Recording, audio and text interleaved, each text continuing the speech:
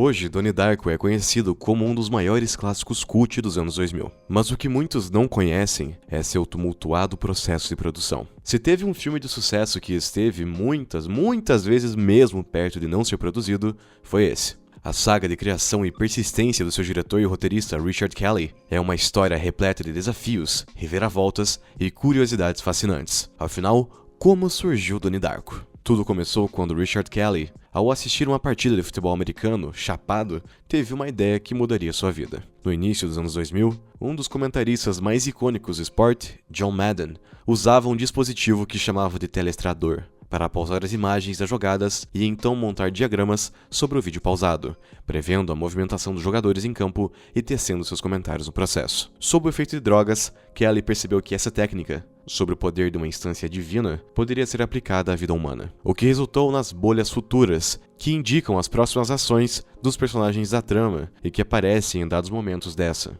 Uma curiosidade sobre isso é que a trama referencia o acontecimento, fazendo com que Donnie também as note pela primeira vez enquanto seu pai assistia uma partida na TV, e o mesmo tipo de técnica era aplicada na análise esportiva. Com a ideia, Kelly partiu para a escrita do roteiro, e fez praticamente sozinho. O diretor mudou o ambiente e o tempo onde a história se passava várias vezes, até que encontrou no final dos anos 80 um momento perfeito, já que isso lembrava também de sua infância. E de quebra, possibilitava também inserir a trilha sonora de post-punk que o diretor tinha em mente para a obra com maior facilidade. Por ter alguns contatos na indústria, ele conseguiu financiamento de forma relativamente fácil, mas ainda assim enxuto. Com apenas 4,5 milhões de dólares em caixa, Kelly começou o processo de casting e cortou o que pôde de custos, conduzindo boa parte do processo criativo e de produção completamente sozinho. E entre isso, fazendo as entrevistas para seus personagens. Logo na primeira tomada, ele ficou impressionado com a performance de Jake Gyllenhaal, que concorria para o papel principal. Mesmo tendo apenas 19 anos na época, o ator conseguiu entregar, segundo as suas palavras, um Donnie com intensidade e maturidade impressionantes. Mais do que simplesmente interpretar como um trabalho, o ator se entregou ao personagem, demonstrando muito da paranoia que estava contida no roteiro. Para isso, uma das principais e favoritas técnicas de Gyllenhaal foi nunca piscar os olhos durante as filmagens, realçando assim a sua espiral de loucura e prendendo os mais atentos da audiência em um estado de desconforto contínuo. Com Gyllenhaal escalado, faltava escolher a irmã do personagem, Elizabeth Darko. O diretor procurava uma atriz que pudesse ter uma química de rivalidade, mas ao mesmo tempo de carinho para com Donnie, e para isso, nada melhor do que a própria irmã do ator, Maggie Gyllenhaal. Com 23 anos na época, a atriz era um pouco mais velha do que a personagem na trama, mas a dinâmica entre eles nos ensaios era tão natural que o diretor não importou em envelhecer um pouco a personagem, já que além de proporcionar uma interação mais autêntica e convincente entre os dois, a escolha de Maggie também trouxe um realismo adicional para com a relação entre Donnie e Elizabeth.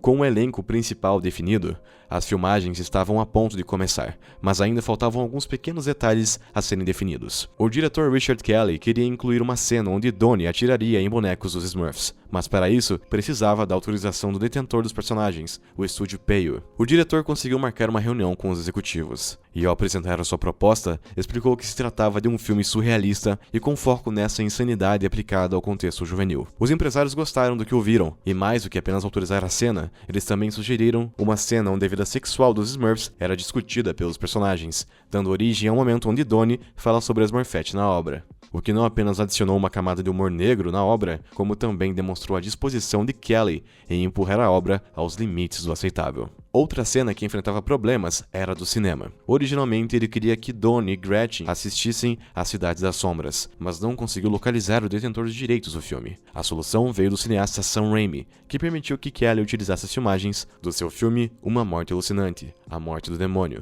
Mas sabia que esse nem é o detalhe mais importante desse momento do filme? Ao entrar no cinema, pode ser visto que além de A Morte do Demônio, também era exibido A Última Tentação de Cristo. No início do filme, na palestra que o personagem de Jim Cunningham apresenta aos alunos do ensino médio, ele argumenta que as tentações dos adolescentes são drogas, álcool e sexo antes do casamento. Em paralelo na obra, é quando Donnie cede a essas tentações que seu estado mental piora, e quando faz isso com a última, é quando o universo começa a se dissolver, sendo, portanto, a última tentação de Donnie. Com os detalhes acertados, as filmagens de Donnie Darko se iniciaram, e durante apenas 28 dias, um tempo baixíssimo para os padrões de Hollywood, que ainda coincide com o tempo retratado no filme. Na festa de encerramento, ao ser perguntado sobre o que o filme se tratava, Jake Gyllenhaal não soube responder, já que não tinha ideia da proposta. Com isso, ele chamou Seth Rogen, um dos demais alunos retratados na escola, para que o ajudasse, e para surpresa e também risos dos jornalistas, o ator também não sabia responder, o que apenas acendeu mais ainda o mistério e a curiosidade em cima da obra, que tinha tudo para estrear com tudo nos cinemas. Mas aí, uma tragédia aconteceu. A publicidade original de Donnie Darko contava com pôsteres mostrando aviões caindo do céu, e por conta dos ataques de 11 de setembro, todos eles tiveram que ser retirados e repensados, o que atrasou a estreia do filme e também diminuiu muito o interesse do público em assisti-lo.